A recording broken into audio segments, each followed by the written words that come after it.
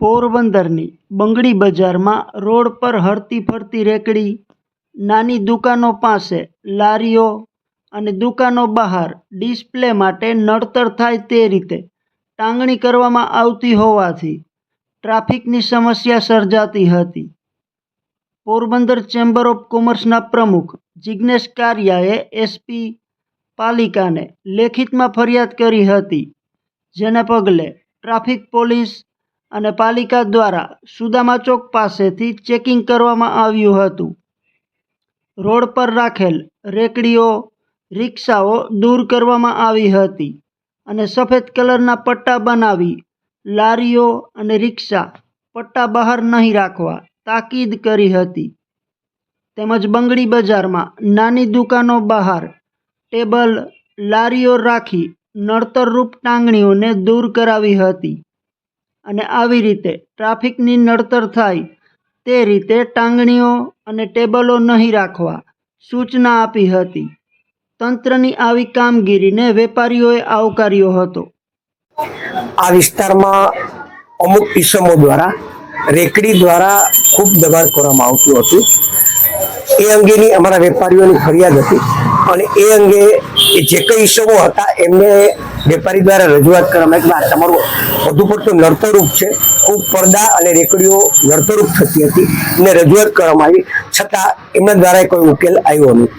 પછી અમે લોકોએ અમારા ચેમ્બર ઓફ કોમર્સના પ્રમુખ શ્રી જિગ્નેશભાઈ કારિયાને અમે આ અંગેની રજૂઆત કરી અને ઇન્સ્ટન્ટ એક જ દિવસમાં એમણે ટ્રાફિક શાખા, નગરપાલિકા બધાને એમની ફરિયાદ લખીને મોકલી હતી. આજ રોજ ટ્રાફિક શાખા અને નગરપાલિકાના તમામ અધિકારીઓ કેદારશો રોડ પર આવેલા અને જે કે ઇસમો દ્વારા જે પેશકદમી થતી હતી એ રેકડીઓને પડદા જે નડતરરૂપ થતા હતા એમને તાત્કાલિક હટાવી આપ્યા છે અને સમગ્ર તંત્રે ખૂબ સરસ કામગીરી બજાવી છે. એ બદલ અમે અમારા ચેમ્બર ઓફ કોમર્સના પ્રમુખ શ્રી જિગ્નેશભાઈ કારિયા, નગરપાલિકા અને ટ્રાફિક શાખાનો ખૂબ ખૂબ આભાર માનીએ છીએ.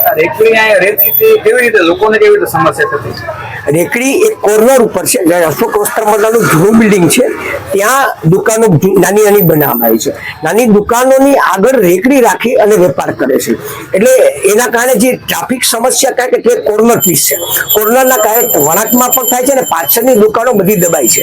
એ લોકો 6-7 ફૂટના પડદા રાખતા હતા, એમના કારણે પાછળની દુકાનો દબાઈ જતી હતી અને ટ્રાફિક સમસ્યા ખૂબ જ થતી હતી. એક તો કોર્નર છે, ત્યાંથી 7-8 ફૂટ આગળ બીજી દુકાનવાળા ટેબલો રાખતા હતા.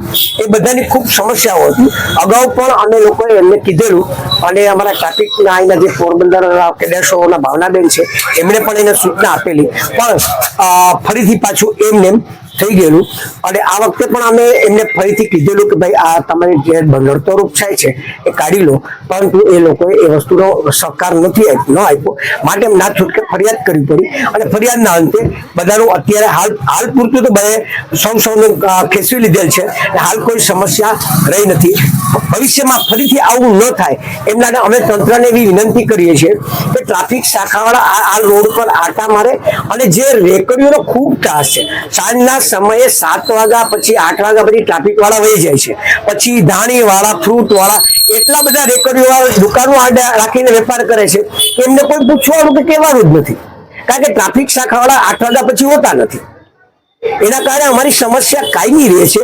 તો અમે ટ્રાફિક શાખાને અને પોલીસ ખાતાને એવી વિનંતી કરીએ છીએ કે 8 વાગ્યા પછી પણ એક ચક્કર રાઉન્ડ મારી અને આવા જે ઇસમો છે જે ગેસના બાટલા લઈને ધાણીને રેકડીઓ ફેરવે છે જે ખૂબ જોખમી છે અને એના કારણે ટ્રાફિક સમસ્યા પણ થાય છે. રોડ ધીમે ધીમે ટૂંકો થતો જાય છે.